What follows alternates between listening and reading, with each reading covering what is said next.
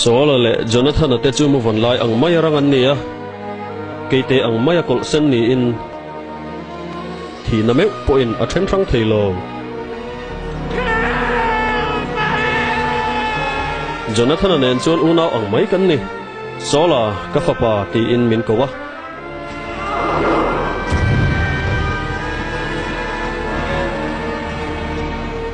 Philistia se paiten an tlom che khan Pathian chuan ilal lukhum min ro chun tira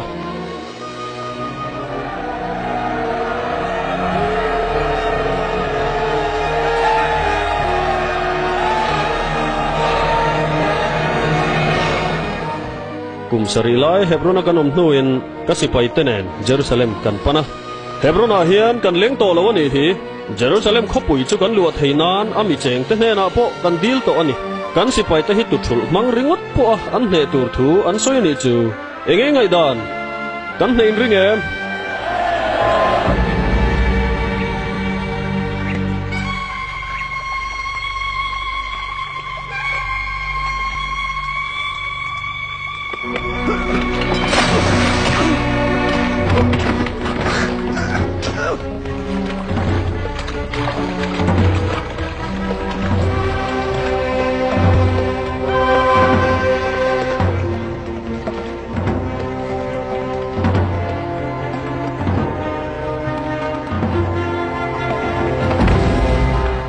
Ente Jerusalem tuilang na himuin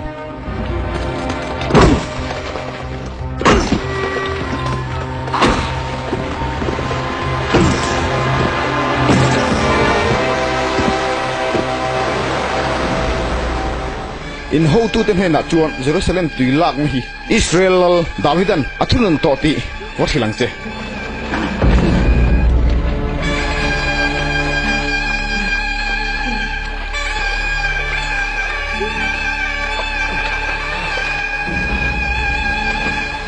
tùy có ngắn là du than turin nei kan thuin zom chuan thatakin kan cheng ho theya ani lo chuan dang chara thi ani mai khong in kapu khong in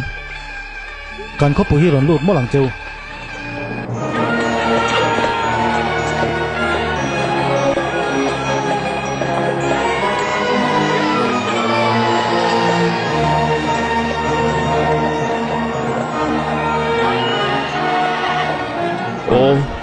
Kapathian he Jerusalem khopui hi ichhe lo Davida ta na imal som na ani hi lalpa lom thu ka hrila che heta hian kan pui fanau tele bai vai taka om kami ta chuan cholna an hu to don sia heta hian namlung rual ni in irong kan bol zel don ani olalpa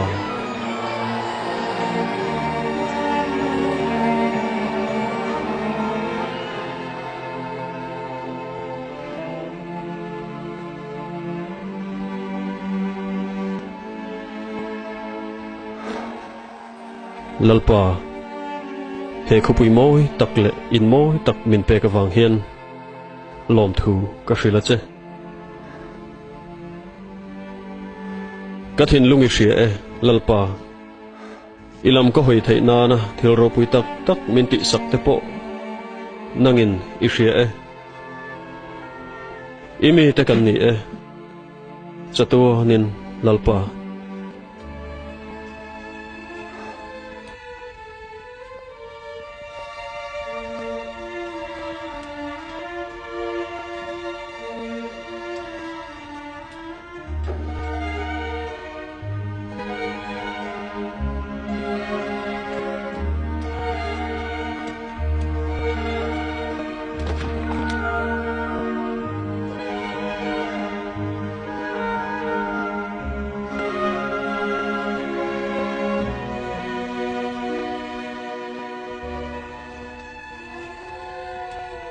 Berampu tlom tak ni thin kha lalpa nangin min choi sangin imi tele he kho op tu turin min ruata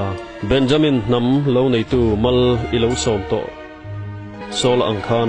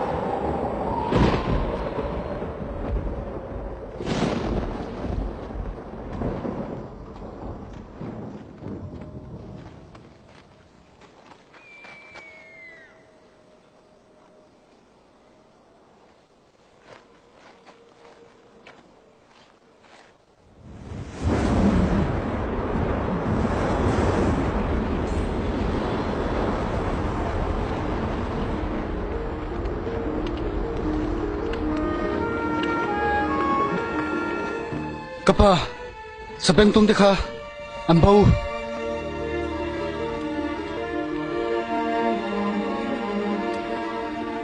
heta hian lo om la Jonathan min ron zui te iwa zong te ang shem na kan to ka ni ka pa ka she lo le shiat po tul hek lo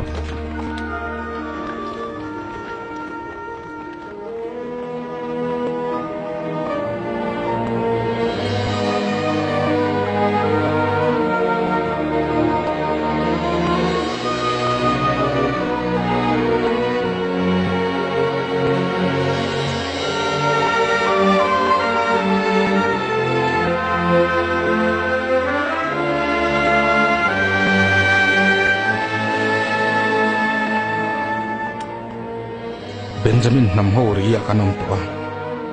kan zong hu lawang a lalpa chuan beidong turin hei chen chen min throi kareng lo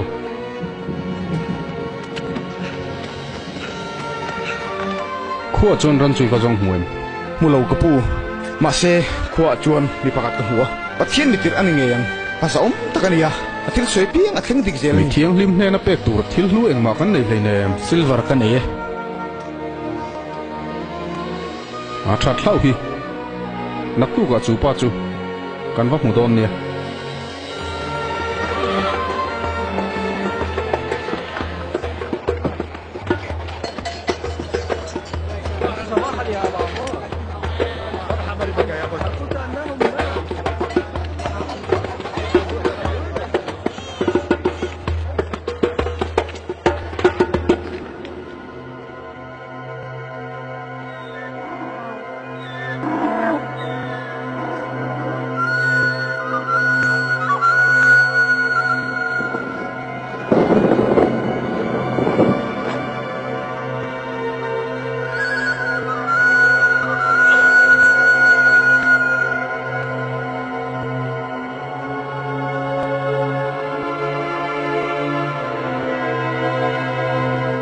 sabeng tung bo kan zonga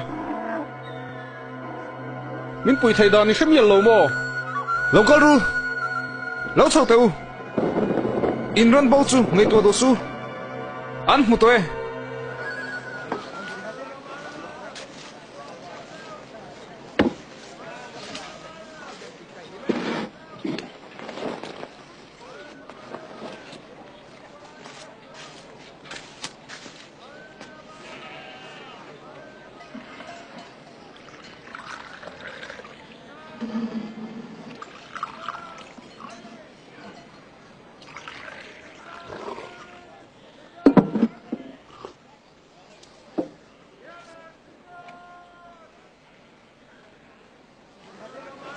kan ran chu an mu to itielo oh Israel ta chuan pathian henadal dilan tum kha in shin karinga sia e kan sheve kalom lalpa zol nei kania Samuel akania nimin khan lalpa nen kanin pia ani chu naktuk tunang hun vela Benjamin nammi pakhat I muang mintia ani chu kami te fu turin shek thi ro mintia ni ani chuan amon le Philistine mi te laka avengang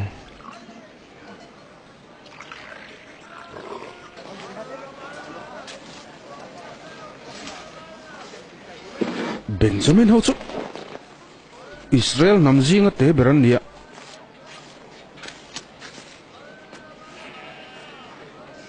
Benjamin namrau rawa po kan chung ko chu kan lang sa lo le chu poi mo to love lalpana poi cheni nang hi Israel basin le in hana ini takhi nang ma hian Israel ma khuwa in hat donai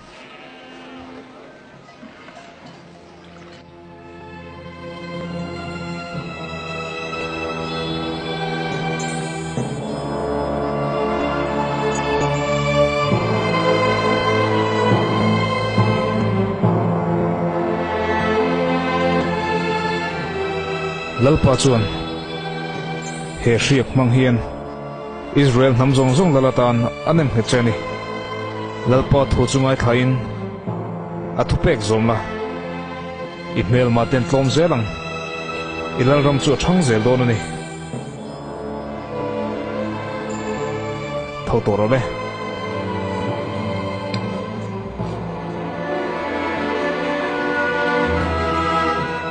ichi ho kani e olal ba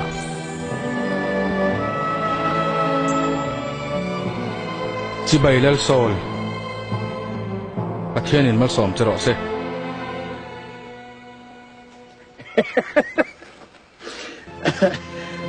lal pa chun lal ni tlak nei na thria che ni ama chu ring ro chu ti mai chem ni vin hian kanin then vele rakili thang kiang pan nga lang che kakal nga lange chu da chuan mi pahni in hunga anni chuan iran bo te chu an lo peng che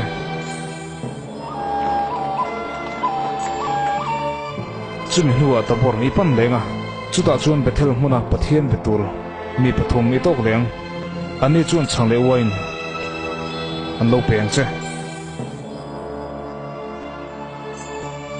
chu ta hmun sang so ka tanga zol nei ro local in mulenga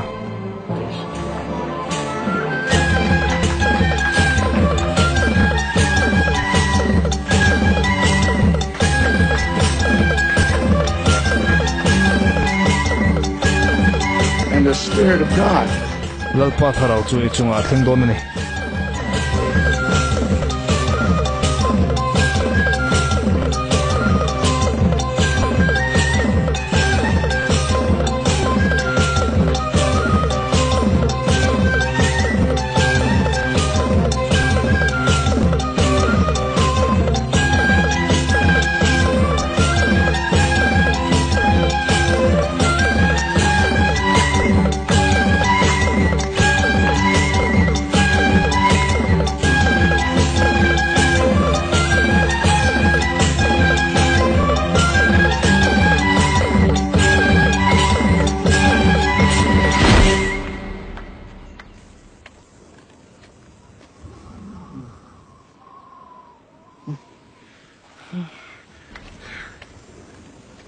lalpa chuan minom pui ni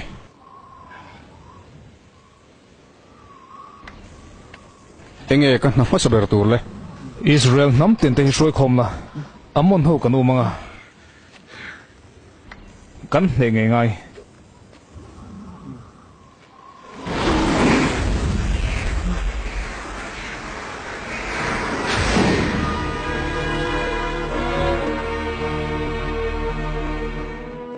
lal sola dam reng rose lal sola dam reng rose lal sola dam reng rose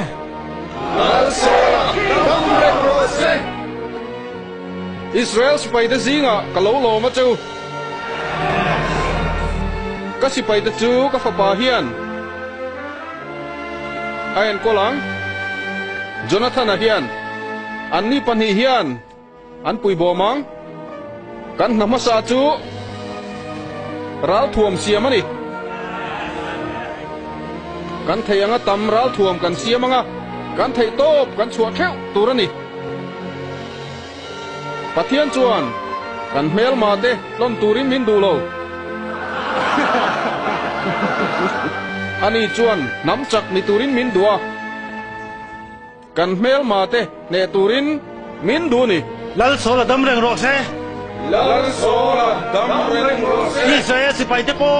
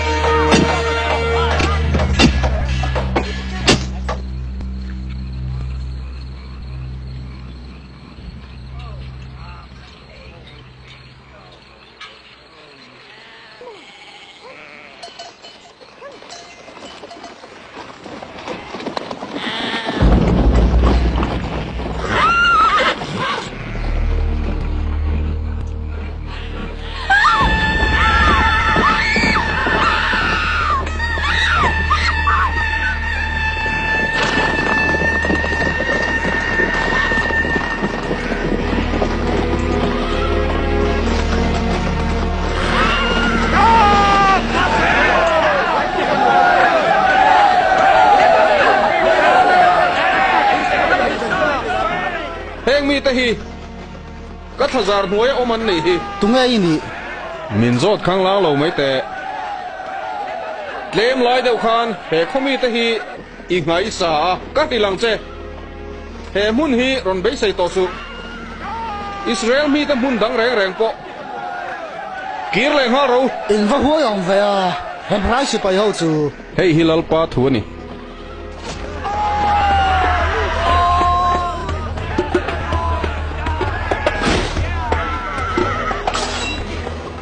lal sola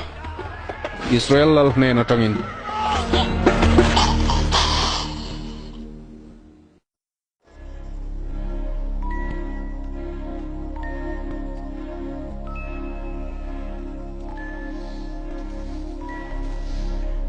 Samuel Anh tim nghe ni Zeldon isi pe te hi Gilgal panin troela kanin mudone ni sari chung midong hakla lalpa ta nai ti le tur ka hril don chene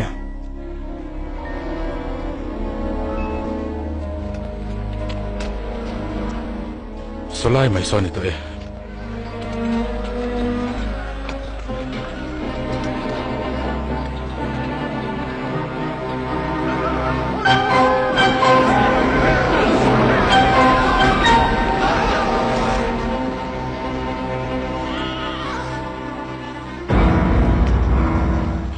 Heu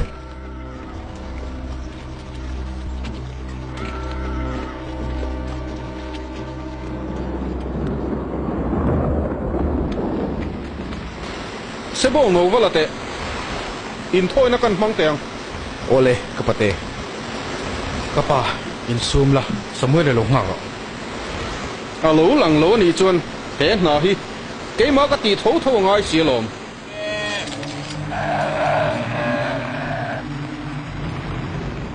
hal rau thil hla na va hlan ru le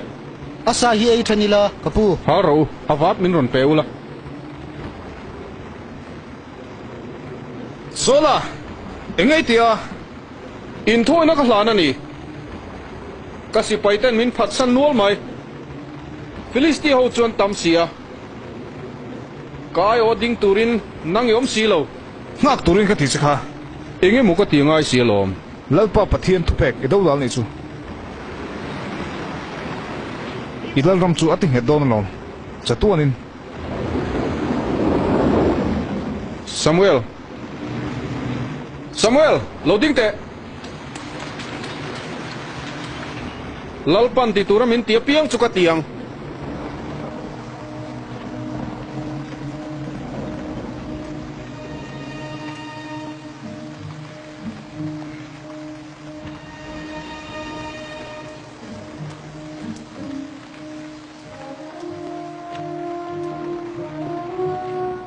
helai tronga hlavak lava mel manoma malaki ho kan namtan andi chu mel ma la om berani an ho tu an pathian chun tual thatun rong tak solna khatani ani chu noi bo turin pathian en du che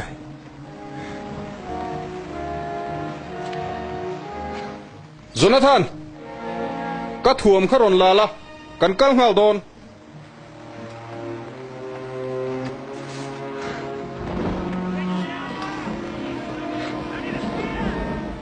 Heral hi ka hne chuan pathian mit katlung le thengem zona zot boilavin pathian thupek chu zom ringot mairo malaki ho chu noi chimit vekla sola a maipa no pang ran rual chenin engkim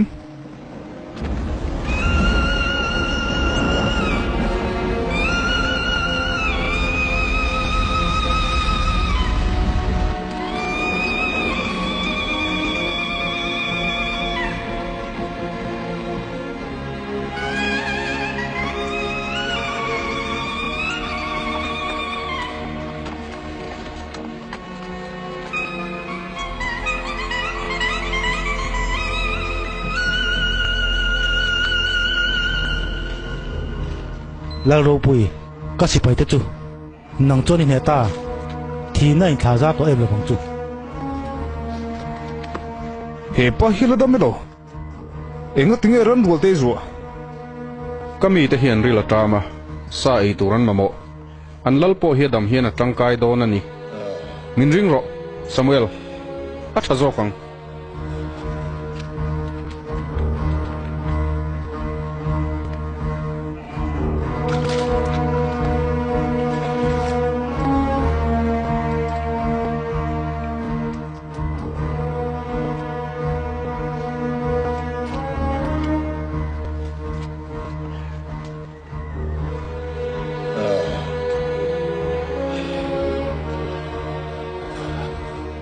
Pathian.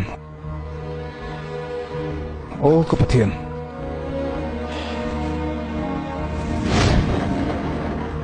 Enga tinge sola kher ka lo ton le. Ani chuan ka thua zom du si lo. Ka thu pe ka len thila tia.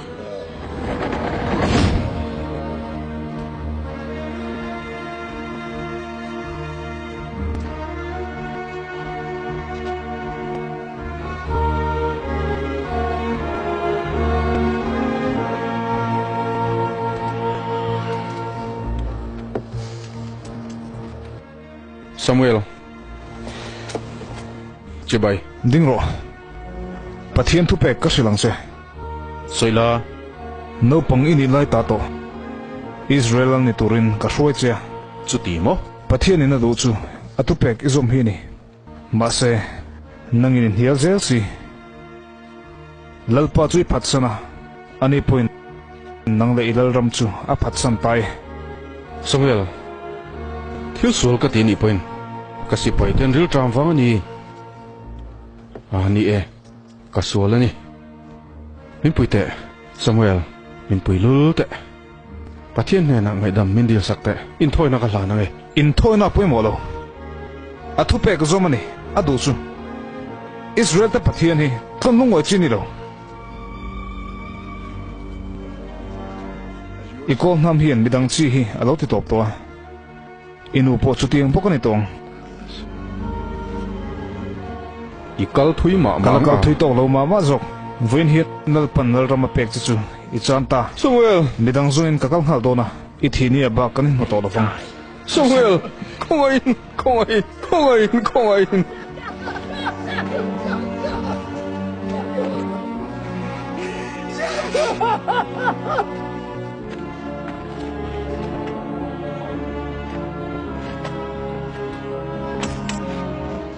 Samuel siap paila.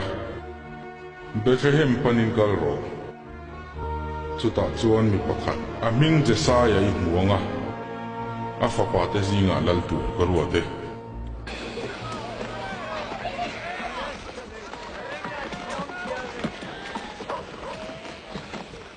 In thoi na hlon na na kan khua I thana wangin lom thu kan thila che. Keipo kolome. Bethlehem khua mi Jesaya kani e.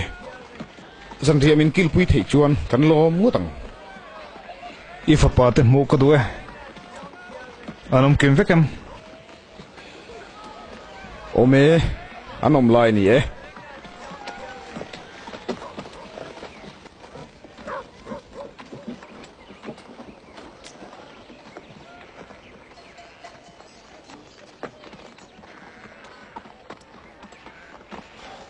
Au paber hi Eliapa ania. Eliapa.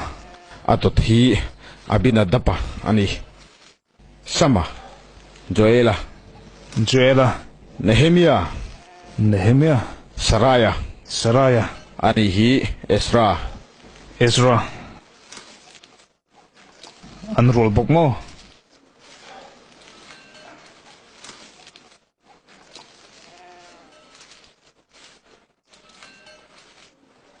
An filin an chak me lo me. An chunom hle mai.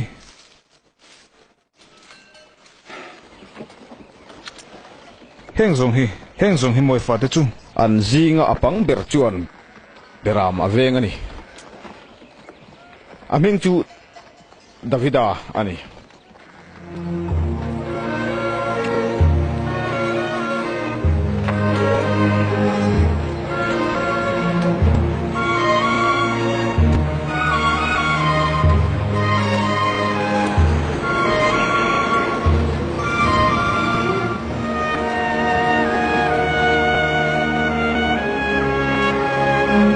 lalpa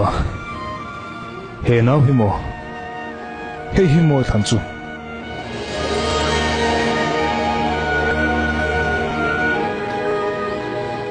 apian phung le kum ngai to su mishing te mu velo hilal pa chona musia mishing chon pon lama thira pathian chon thin lunga thir zo pani tungai ni chen pa Samuel kan ye David ai niem zol nei Samuel amo nie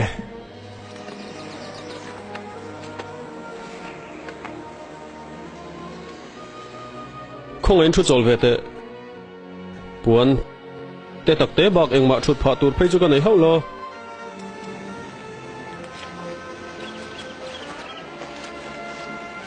ka chang chin ni hrian emo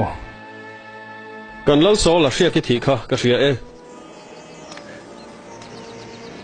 ka hmu tir phata tang che khan izin na sa ti ka hre thei mai lalpan kal turamin tina pianga ka kal zel chu ni hi chút lu ka jin kong nuam ma om lo ve ka pa dor turin ron kala niang mo lalpan nin ron tirani lalpa kan pathian chunin hena hian mi ron tira Israel mi puite tan lal ni turin lalram ro pui tak idin don ani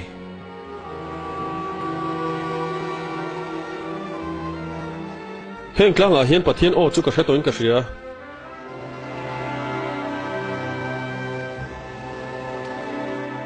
hei hi pathian do dan ani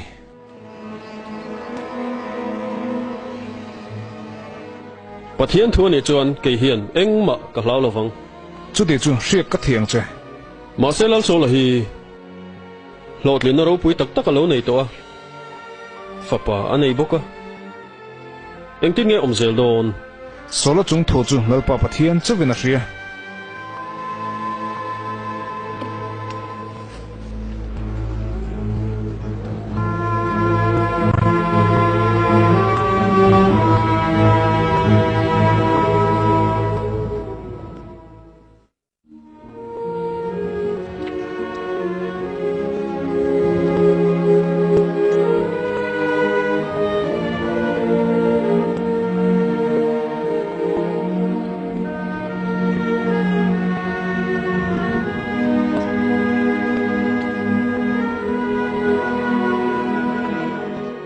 Eng kim ti thei lalpa pathian mal som na nen min kha to te ming choi moi zelin Abrahama Isaka le Jacoba hriat ka thi che Israel nam tin lalatan lal Davida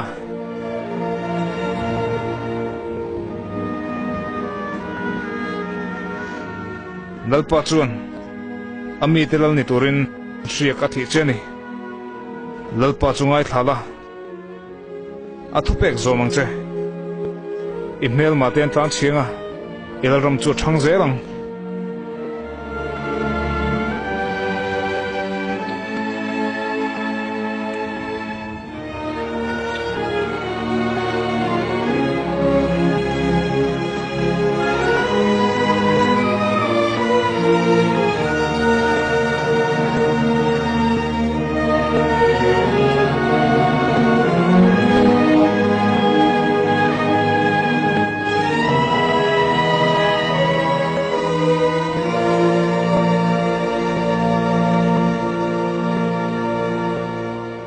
Pathian in min kalsan lovin iringamo kalal lukhum min lak saka kanun na min rek lum tep to ni hi iko chung aram huai lu ta ni hi nie ama pathian ron tir lui ngei mole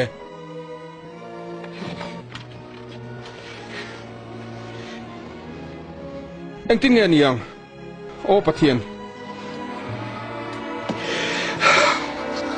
ka thi don hai ti ka hria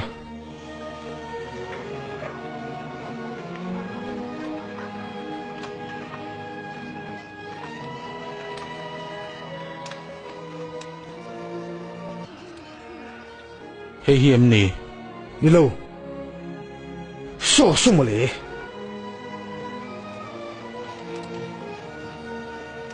Davidai ni em Onie.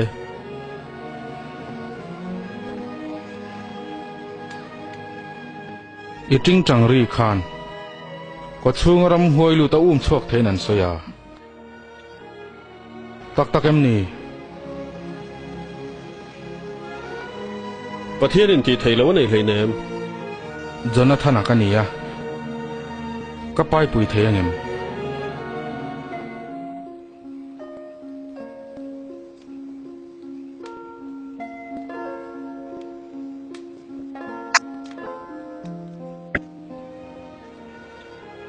Lalpa chumin veng tu ani a katla cham lovang ani chuan hlobet hmuna temin chol tira chol na tui kama temin hruai thin kanun ati har thar le a minga wangin kongdika min hruai thin ani thina hlim ko ruam zo ma ila eng ma ka lau lovang nangin minom puisi a ital tum le ven tiangin min thamon thren ka mel ma tamit huwa ruai min siam saka do sakna riak min thi a kano in lai ichu khat reng mathei lovin ngil nei na le thatna chuan kadam chungin min zui ze langa ti chuan lalpa ina kumkhua in ka om to ang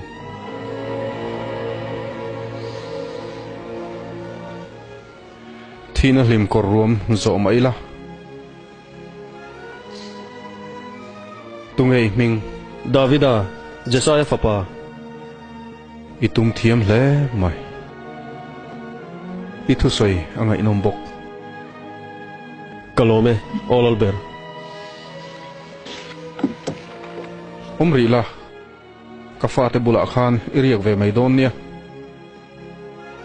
chun lama garal thuam I chei nu manga zan lama la le rimoin lali oi thung don nia ithu ang zelin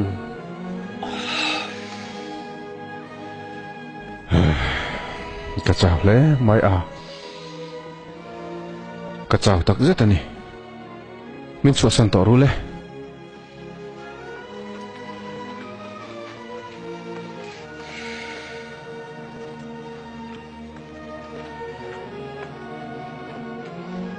kapa chungai thil ti wang khan I chunga kalom hle mai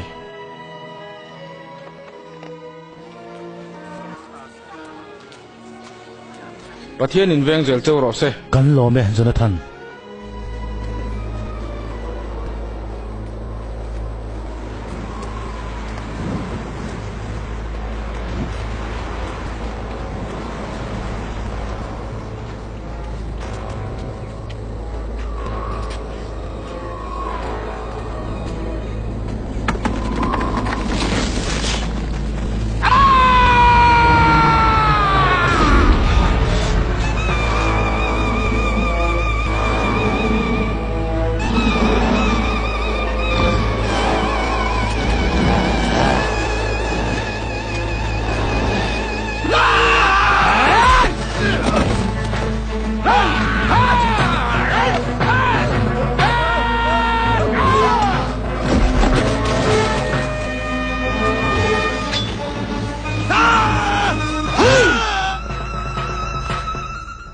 Goliath ha chun kan mi chak ber te pon ne Nang ma chuan kan lul su kan mi te hruai tu kalani ti kan mel ma ten an riat theinan he Philistia ram hoi hi kapot dar don ani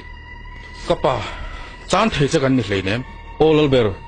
keiman Philistia paliana chu ka beyange iting tangini khon num thei ring alo Davida iri nom na hi aro puya ma se Davida Goliath hi sipai ania achaka alien bok nang zongin ralvai khat maila bei velo kha beram ka ven lai point sakei bag nein berama se a ka zuya ka thata sin sakol chu ka that he Philistia pa po hi chu tiang bok chon ka ti thei khopang ka ne nge yang lalpan min veng don ani cà phê hi mong che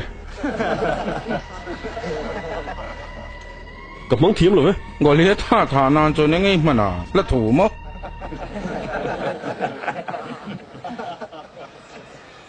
ka thatang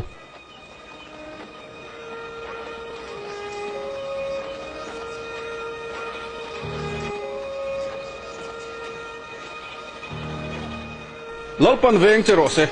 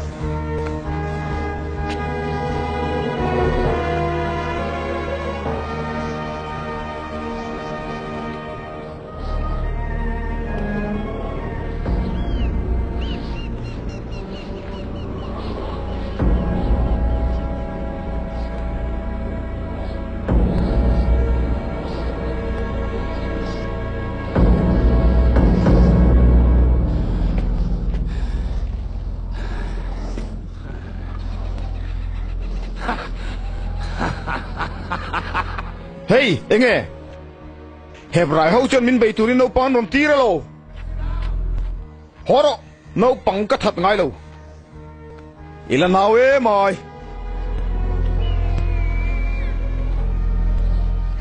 Logalte nung chang cha.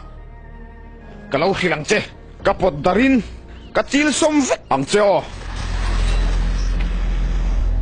Hey, Nava. Iwa to ile sivya. chon lekin ni ron thok chua ka ke chuan lalpa chak na ringin ani karon pan che Israel se paite pathian chu ka that don che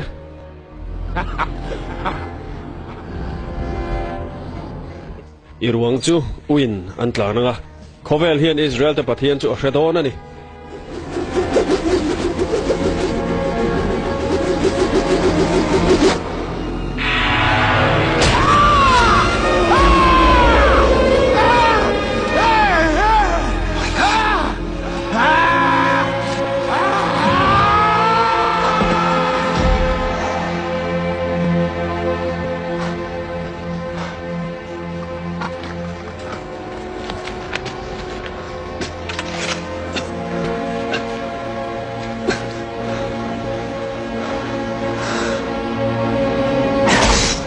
lalpa a chuan lo min au ula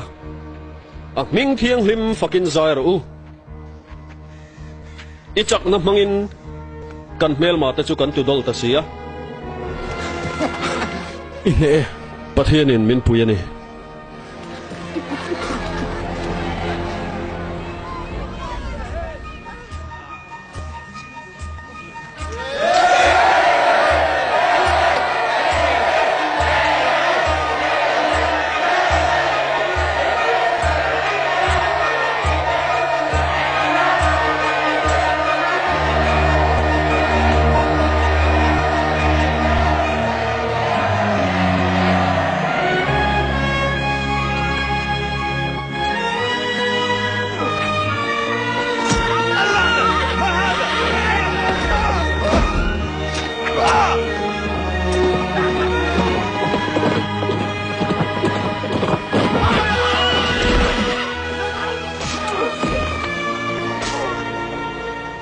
Jonathan, engay nan. at havek e Ichaim unaw pa. oh ka thai Ani nang Davida. Philistia si pai pahnih chuan an thla tu te hnung an zui le ta ni kha chu chuan lal so la fanwa ti lo mem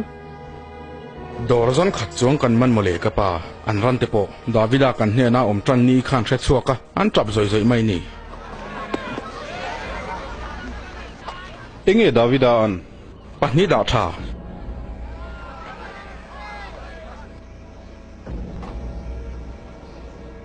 an soi hi shem enge nia sola chuan Philistia mi sang khat athat to a Davidan sing khat titileng vak sakhi ni chu ama hi ni engmo kapate Samuela mizana chu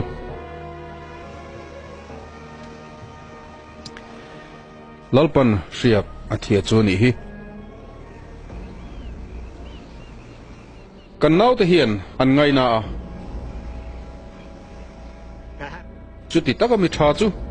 kamak pa ani dungem ka fanu hi na yang che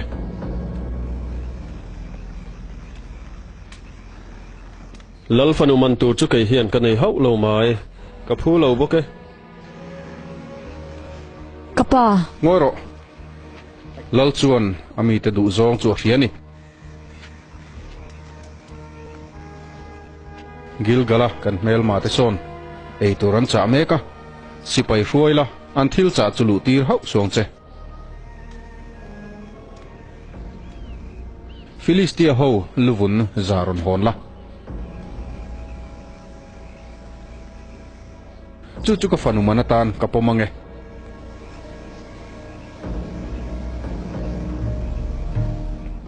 I thuang zelin le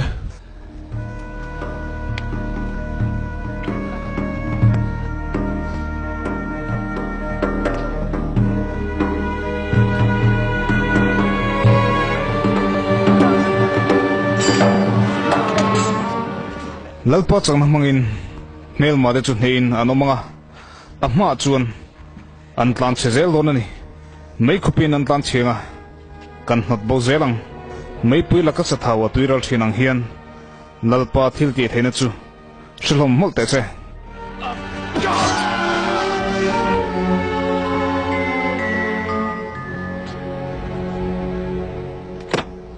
imidilang Philistia mi chip vun za mai ni lovin zani ani e all alber aman kha tam hle mai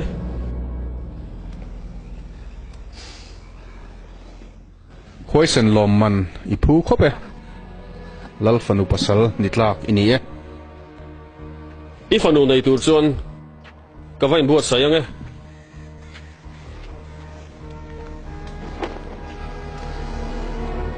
naktuk zana kapate in nei na serle sang zo huna Davida ngai na velo mi pathum ka hrialom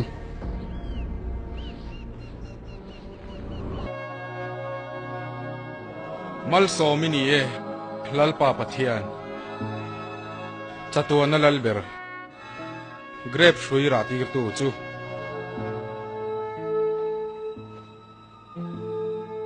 nulahi ser shanani ta e katana ser shan inita e Israel Mosia dan angin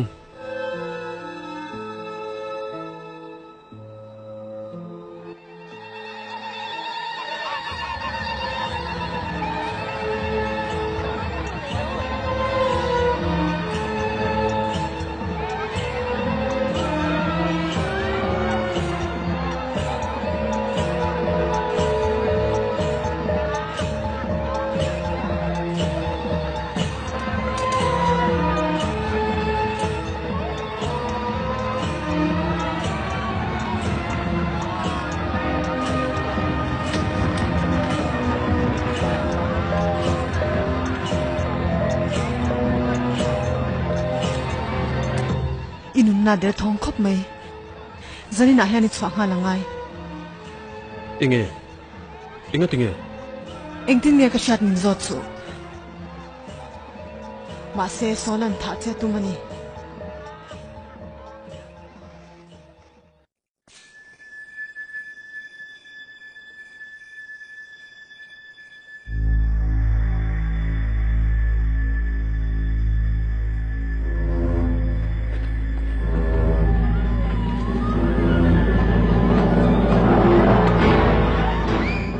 rau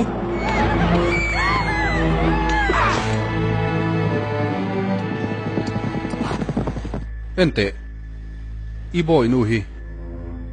a thi ni hi inga tinge min phat sana kamel mai pui tak mai ka pasal la ka rin om hi ka batani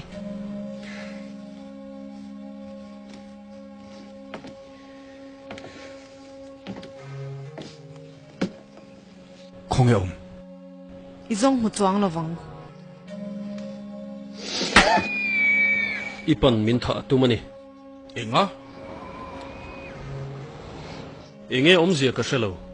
ka shabiglo ma se min tha tum tlat siane Davida eng ma hlau tur om hlein hem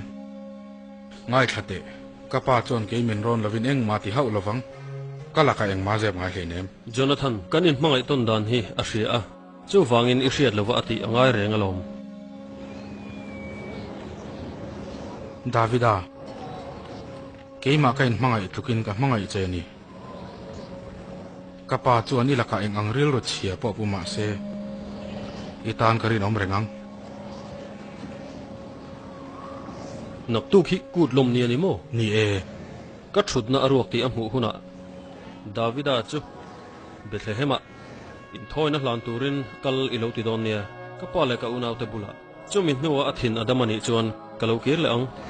chu ti huna zong bo ruak azia de tong chu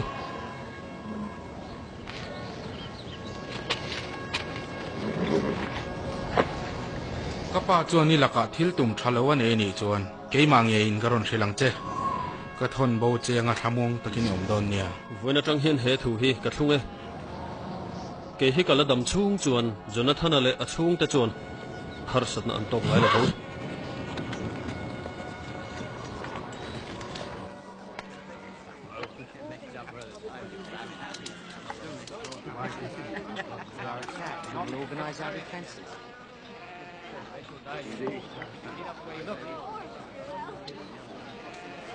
với nó đó cái tao ông về đầu chuồn hùm lâu thế mày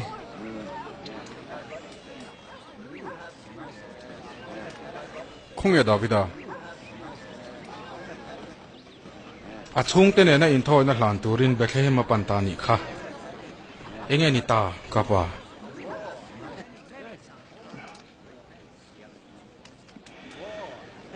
Davida hi athiang hlim lo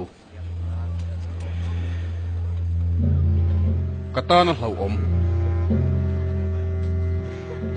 eng wangin nge chu tiang i soi kapa ama hi suala ka thu zom lo ni ke ain Davida ingai poi mo ni mo ilal rampo poi salovin nang ma mangai tu le irong bol tu chu enga ngai huat em em min liam ani ka thin lung hiat tin ngoi moi ani lal ka ni na chalin athinge turani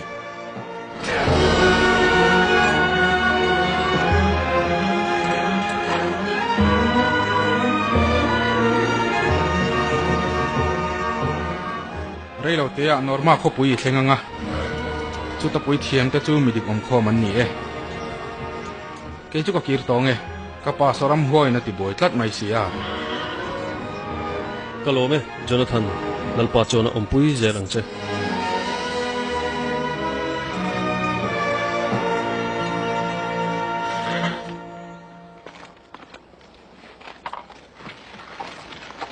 kalon hle mai hei bak eng ma pek tu che ka nei si lawa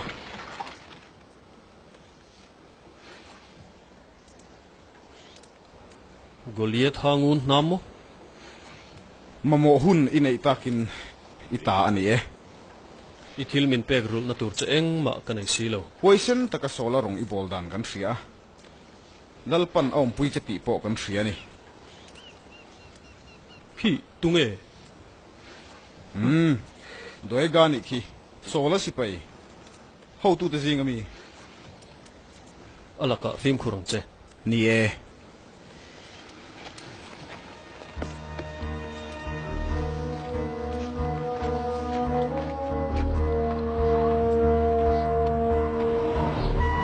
o pathian ka pathian ini ke chuan ka panang chia ka thin lung hinang ma chakin atui halani he ramrova hian kanun chuan angai che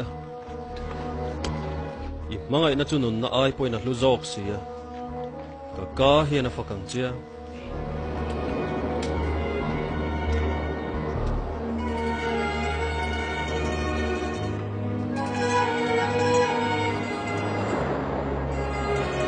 Davida Không nghe mà ông na cái xe lâu này olal ber Davida có pin min phier ruwa chẳng lẽ ngun nam I pe ni kha cắt lom thấy nan pathian nè na in thôi nay plan ani lom ni Davida aya lal der la karin tung e chuang le ifanu inei tir hiel reng kha that ro chui chui thei lo turin tiu la ui thiam dang te po that vek ro Davida lam chang ani kha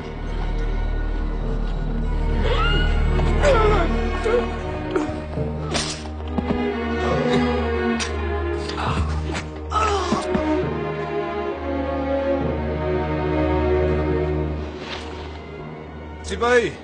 Davida ta na chinrin zuwa pakan ye. Nabal ka zonga ni. Nabal! Enge, zuwa pakan ye. Davida hena chang local kan ya. Ani choni khong ai na nge na ni. Kan lar so la chuan Davida lu mana phal san viau kha Davida chu gan lo lom lem lo ve so pa so po dar vekani ka du ni Local no me.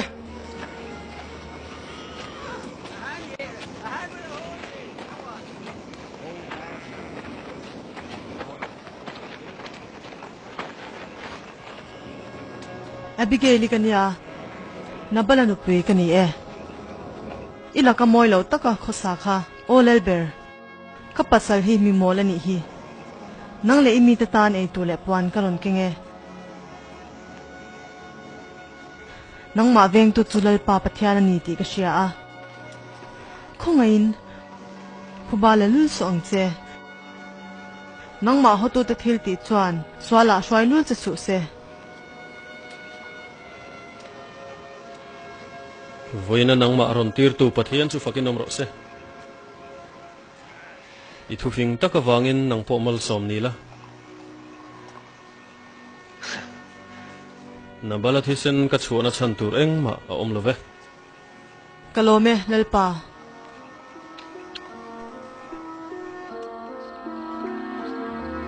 eng ma nei lo Davida mo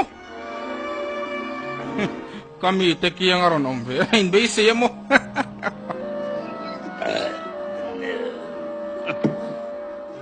sola chuan Davida lu ala zuar reng mo le Davida chan chin sil thei tu te po chu ta po chuan lom man la thato fuang a Davida hi tunge ni engmai shilawani tiro Nabal eng moi soya Davida do chuan pathian adawani pathian Davida chuan ati hlum man chep che sin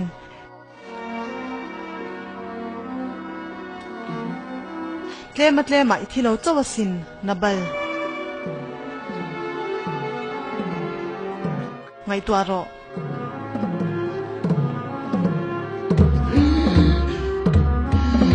eng moi soya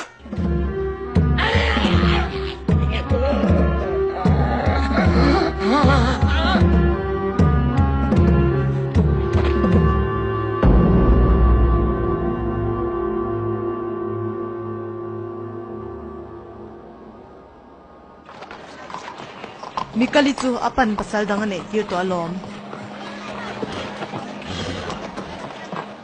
imal tat rei to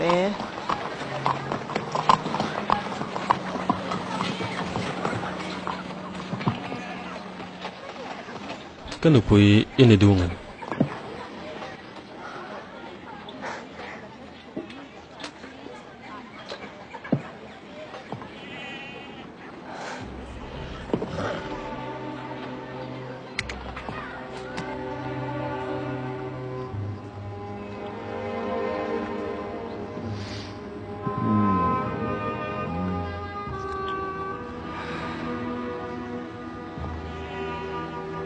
he mun hi kan chwa sana ngai chol ha dam ka tum vele hian chol muang thei ho lova ka insa senga ngai zel chuani hi athi ma khan na balan sola thu athona he mun ai om thu hi ashilani ikalangai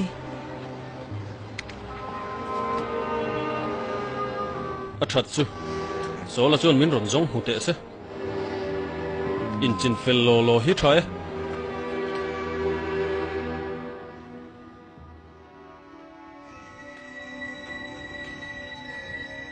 Davida look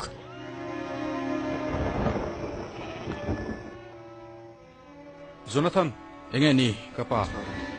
zan in chu heta hian kan riakang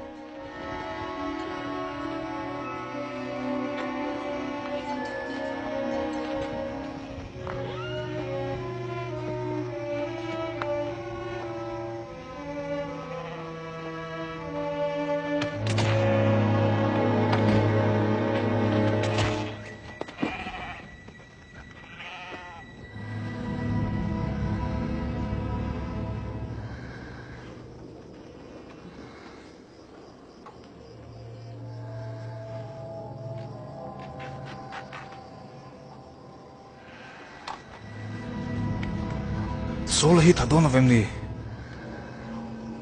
nile ke mano that lo a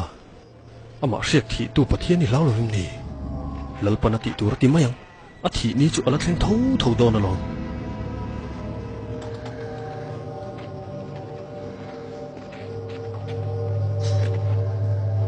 Abner enge ni ta kapate alo kala ni tu man ron kal lo Abner ilal chu iveng him thalo hle maya chu ka fapa Davida oni eng wangin nge ila ka poi khoi tur anga min ngai zan in hian imit nge ini muwa du ila chon ka that thei che kania ma se ka that lo che kalal laka ke chuan kut kalek ngai lawang ka tha thei zia che chu ente sola tuna chuan ilaka ril ru chia ka pulauti hreto ong che min tha tuma min vein nang chuan hun tina min helai po in ilaka that ka chu zela kan in kara ro rel tu chulalpa ani don ka chunga eng thil po ti la ilaka tha ka tho ngai lawang iril rudik takem ni Davida ni e kalalpa thil sual ka ti ni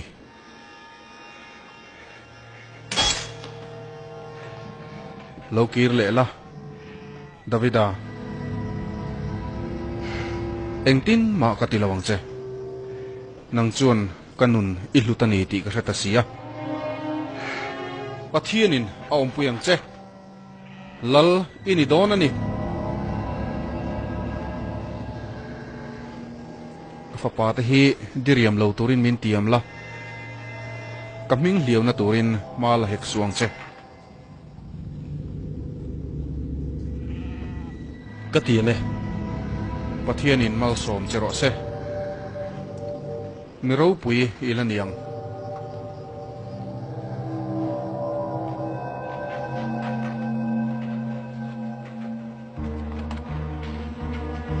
kachunga za nga yang che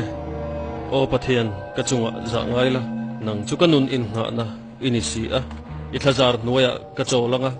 chiat na thlipui chuan min kalpelang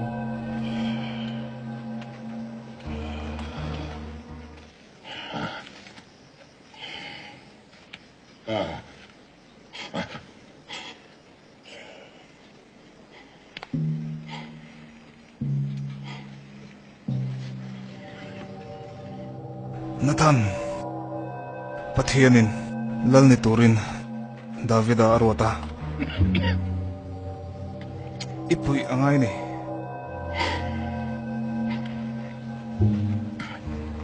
pathianin an nei theinan nangin pui angche pathian riak thi ani sia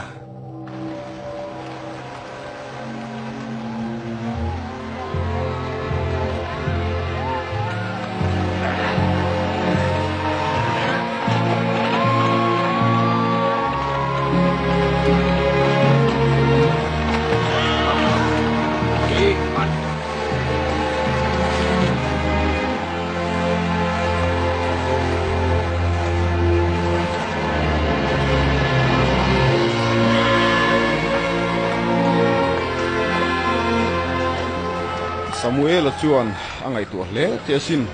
Davida athi dar kara po sola laka inveng turin adu che a athu soi po ring suang che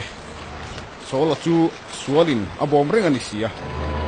Israel mi pui tan khon var ini anga lalpan apui don che ani chu Samuel thumin cha ani e Israel pum pui hian asun ani ikianga tur hian min ti ani nangma zirtir tur le pathian thua hoi tur chein athun hunung po Davida pui ro ti ani lalchu pathian bel ruat ani sia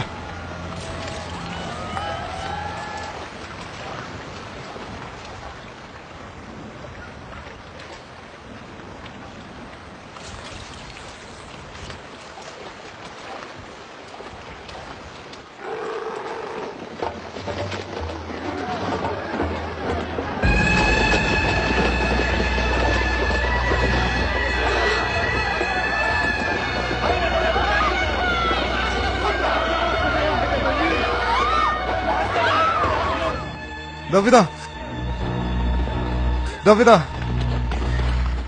Amalek khavin inupui Abigailin man mai cheu chu luya anin suwa Amalek sipain aron nang chingani in ko khom ula kan nga lang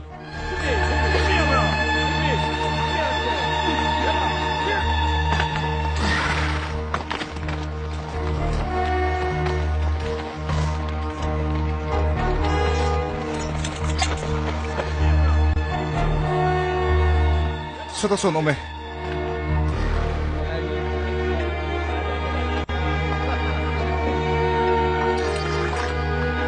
Kha hei in ro pai nga ro ila in thir khopang Davida nu pui luman san dia chu ka ve olalpa pathian phuba chu nang mala turani e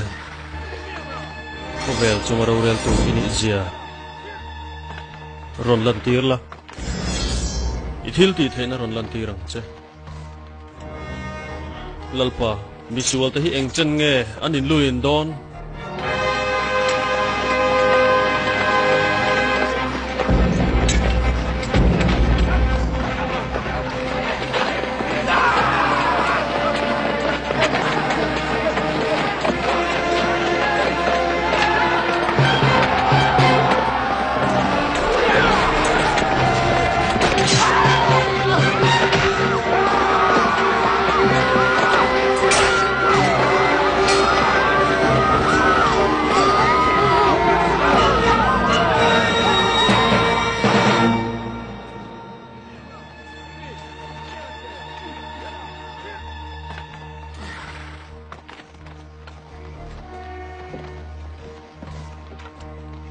Filistia sipai te chu kil tina train an ron lor mek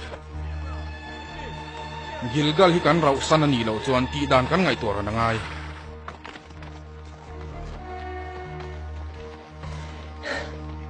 ka pathian in min phat san nuwa engtin nge ti dan ka sia tang ni pathian in nung turin min du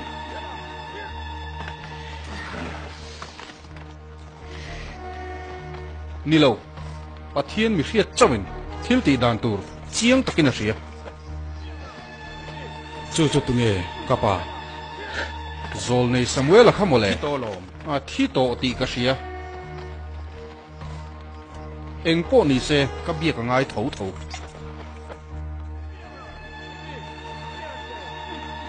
doi thiam in Samuel a chu an ko ki le theyang a thei lo a kan sipai te hi a ko to pan tang to ni hi doi thiam kan ron mai ngai ni hi thil sual ani mi sual kan yelom pathian chu biak tong ka tum tho don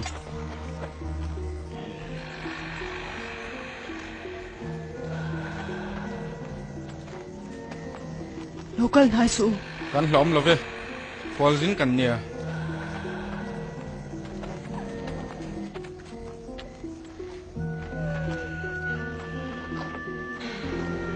kapi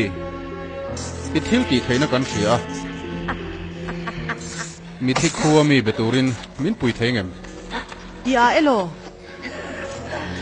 Israel lal sola chuan chu tiang te chu a khap te talom solo chuan eng ma ati lawang che ti ka tiama che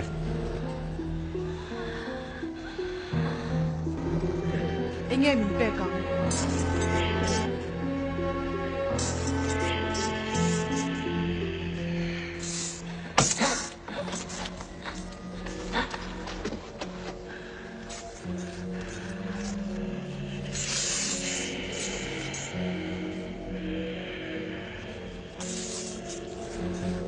anh thích cái thi nghe chú mi chú zol nei Samuela tharuk kalta khan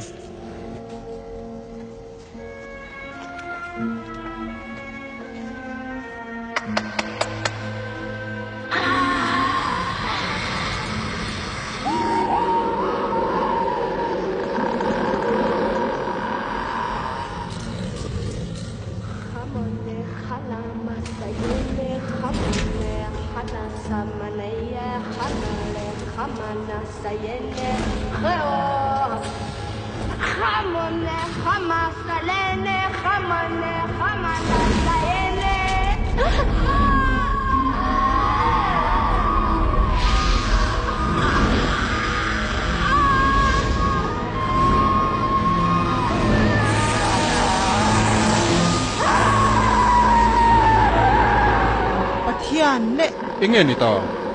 lal so la ini min bumani ni la ve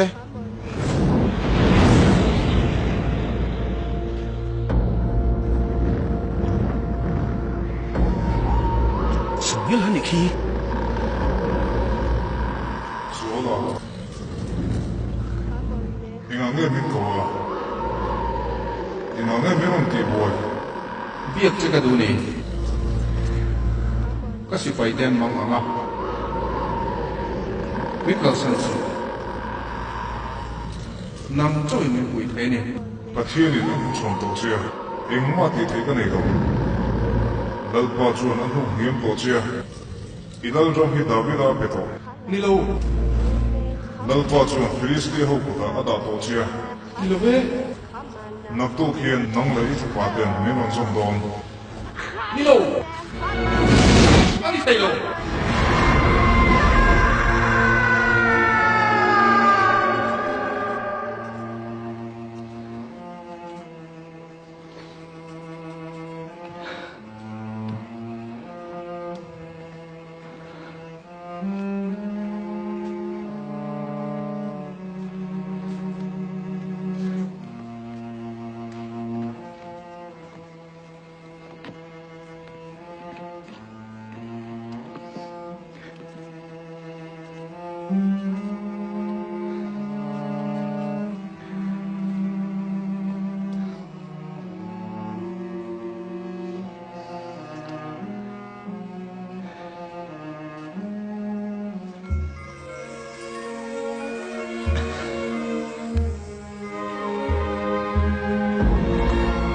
kan thong thu tang kan claim sia Davida poina ma chawina hne thei kha hatiang ani reng thei lo kan ni tir don alom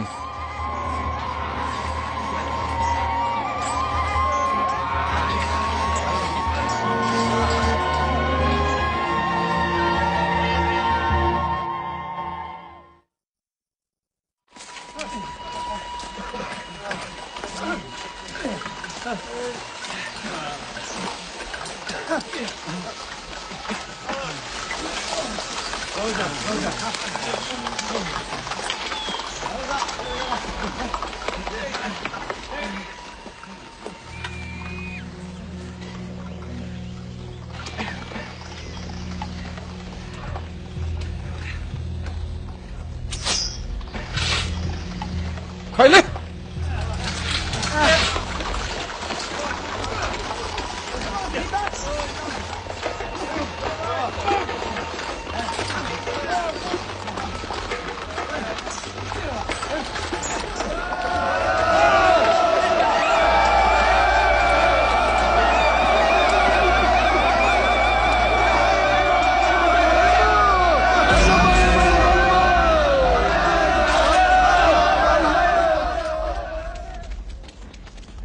Lanang!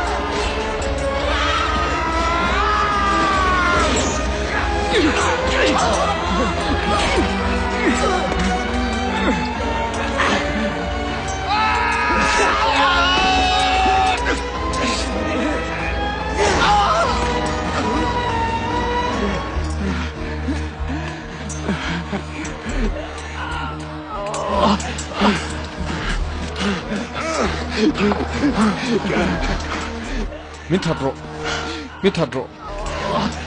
Min malu susah.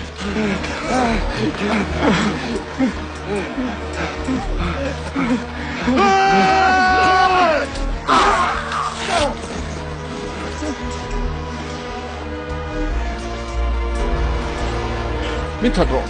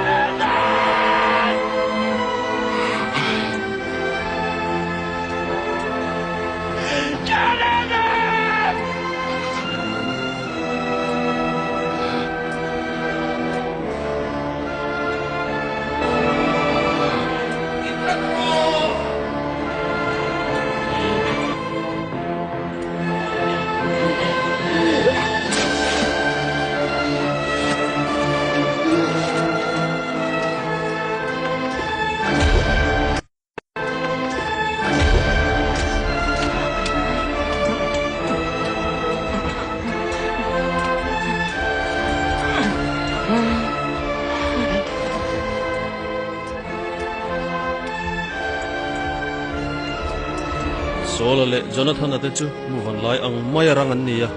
keite ang maya kol sen ni in thi na meu poi na theng sang thei ral be na huna an kong zo atop dun ta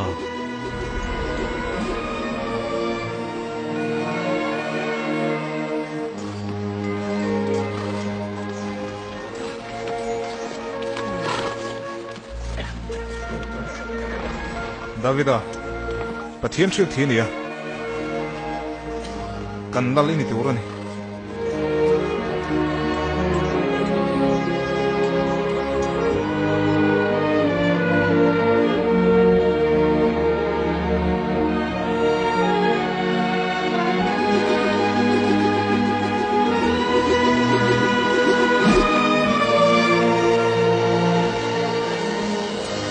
zan thim ral tri poina vau zam lawang chea chun lama fei ki bar te po I hlau hek lawang nitlang sa na chet na lo thleng te chuan I tha an ti khur lawang lalpa van tir ko ten an hual zel don che a kong eng kima an veng don che ni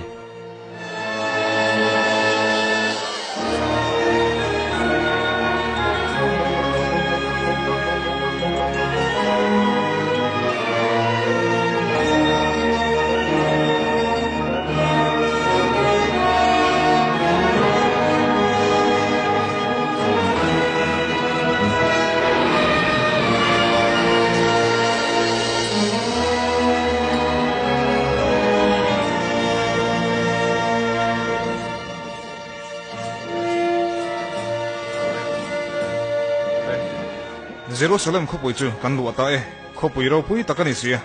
heta hian khovela temple ro pui ber kan dinanga chuta chon lalpan min pek a thuthung bom chu kan da don ani Chuti maya olsom ani karing lo olal ber. engati mo Lalpan min thilani. ti chuan enge soya Lalpa chuan ai gup ta tanga Israel fa te ka hoi chu ata to in kala nei ngai lo won ina ka khosa phun ngai lo enga tinge sidar in min din sak lo ka ti hek lo pathian omna tur hi Davida ingai tu tur ani lawe choi moi ka du mai ani pathian chuan a ria a mangai pha reng che ni heti hian ati ka chia hlo Davida ju filla ran tlat na mun ta ka hoi choka Israel lal ni turin imi te tan mun ka ruam hana chatuana an lu tur mun chuta chuam chatuanin an cheng tong ka in tur ero chu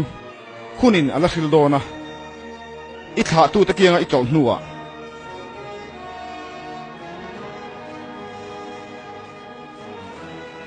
I thla te jinga tangin ilal ram ka tinget dona ni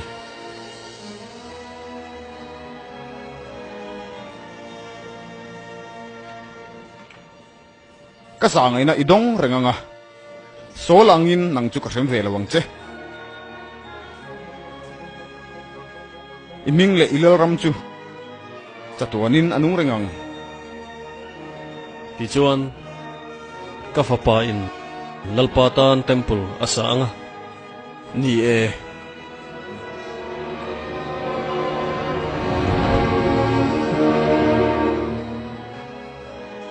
ka fapa in lalpatan temple asa anga ni e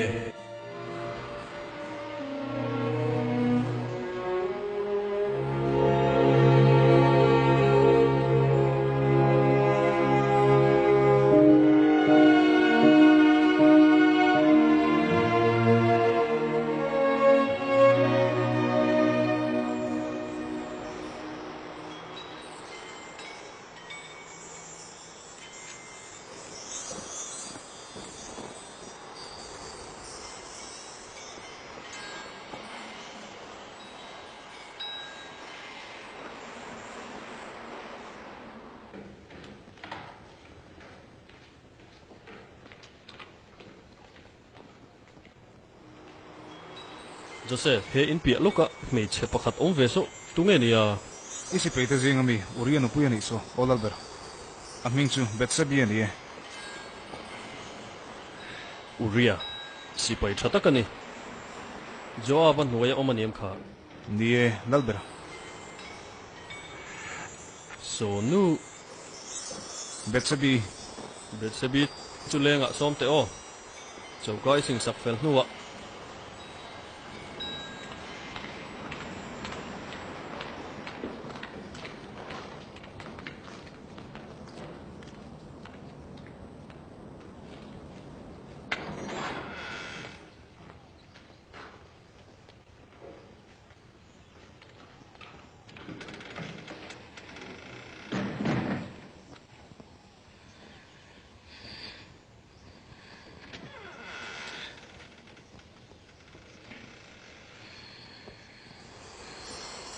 ka ina kalo lo ma che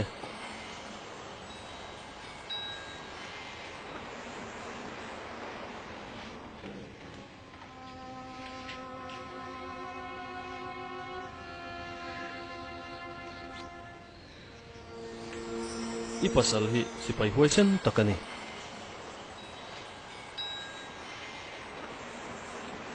Kalome, Olelber.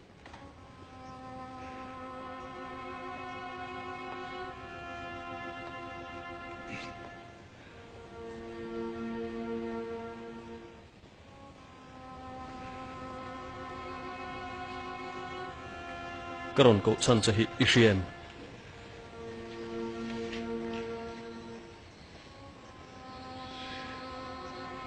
Min mo hian.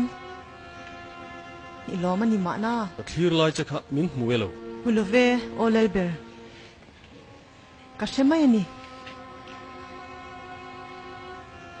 Ama khup mai.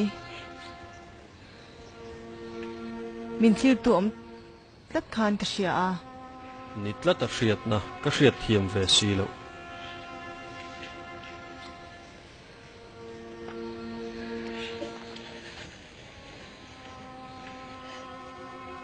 pasal ka nei to olel pa ipasal hi imangayem a pasal mangai chu nupui mo phur na ni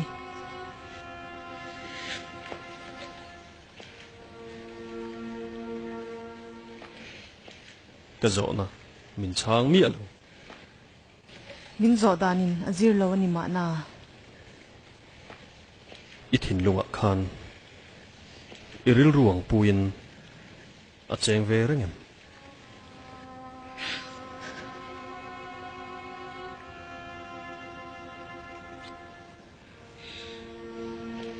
kanin nei thutlung bo chat ka du lawani lalber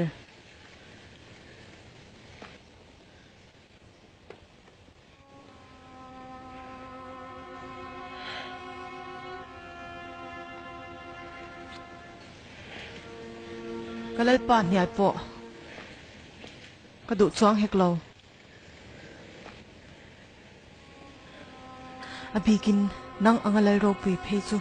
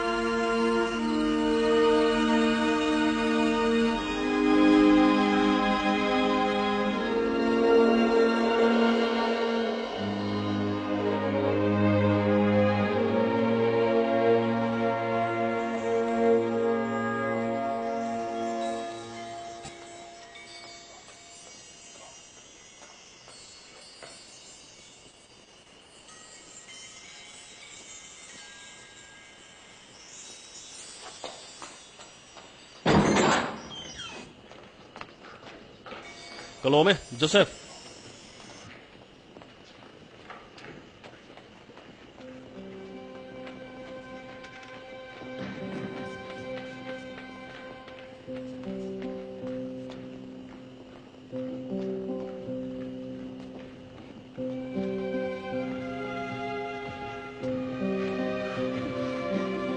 karil ru boy ani lalpa inge ni ta besabi lalpa ifa ka pa ani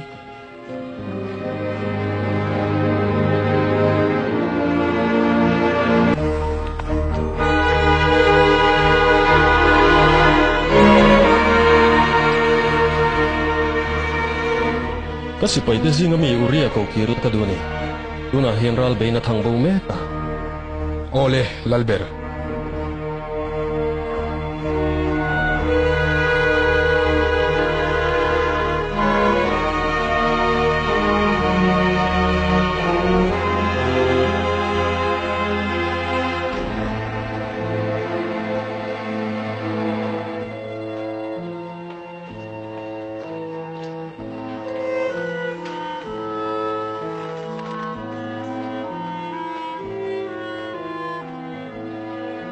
Amun ho chuan ralbi an thiam riawa min chok boi nei khop mai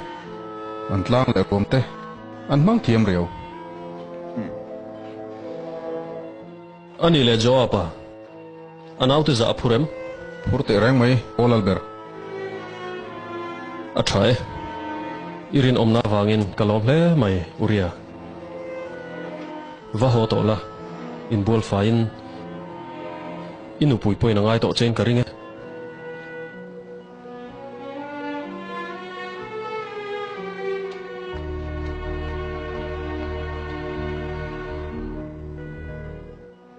buồn khắp hà râu ô na hen kan riêng nghe kan áo te bula ô le kapu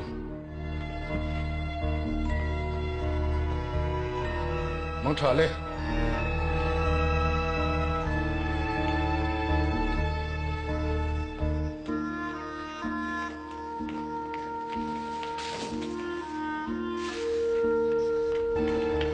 uria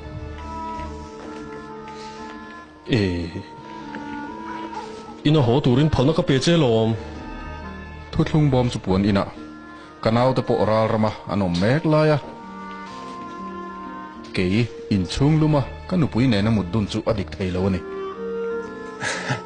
uria karil ru ang tho ipuni hi sipai kani anga kati turani lalber Jerusalem a hian cham ri la athange chalui te pokil du ni la mang thale o lalber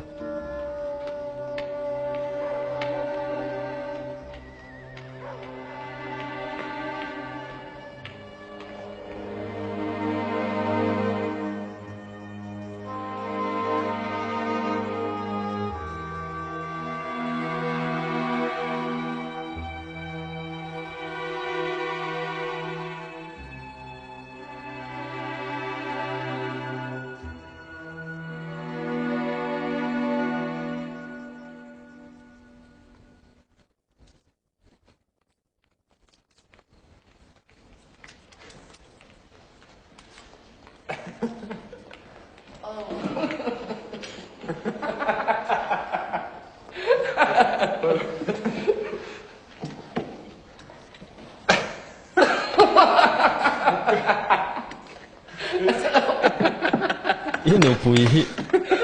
a mel thangot mai a chela wasin lalber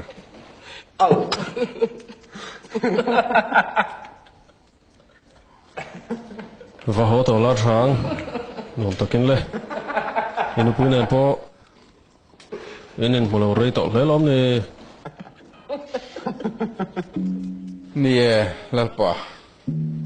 masya kacau nih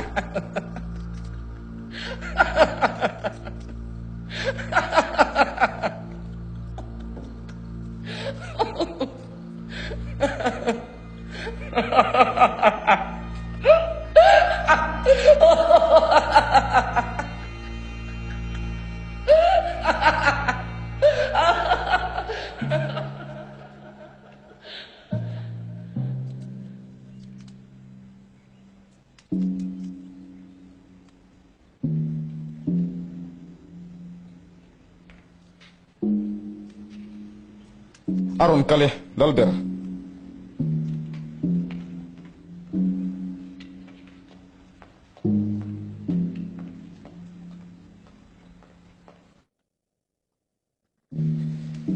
uria ral rama chon vakir le la jawab ne na hi ipedonia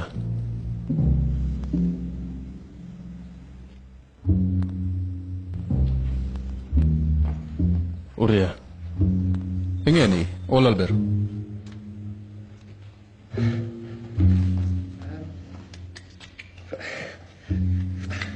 hengun hi neyang che kalome o lalber kalome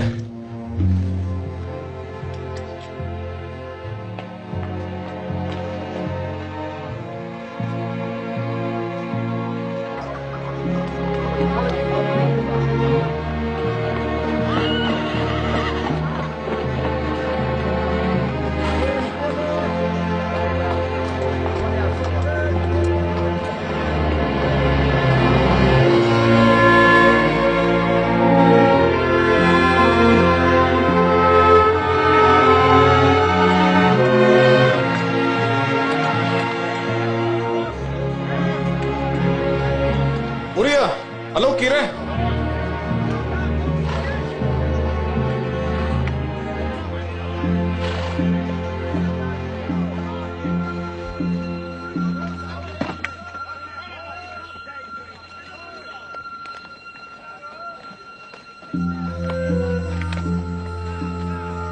jawab ilalin chibai kabu kache hele khakeng tu hi innoyami uria ania ama za tak chungin ral bainam hun la om berlaya om tirla athi nge na tur huna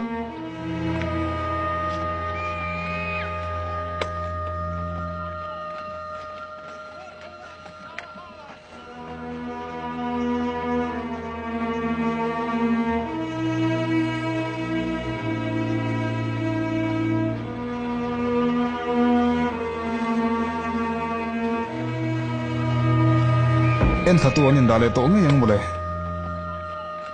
beng chang su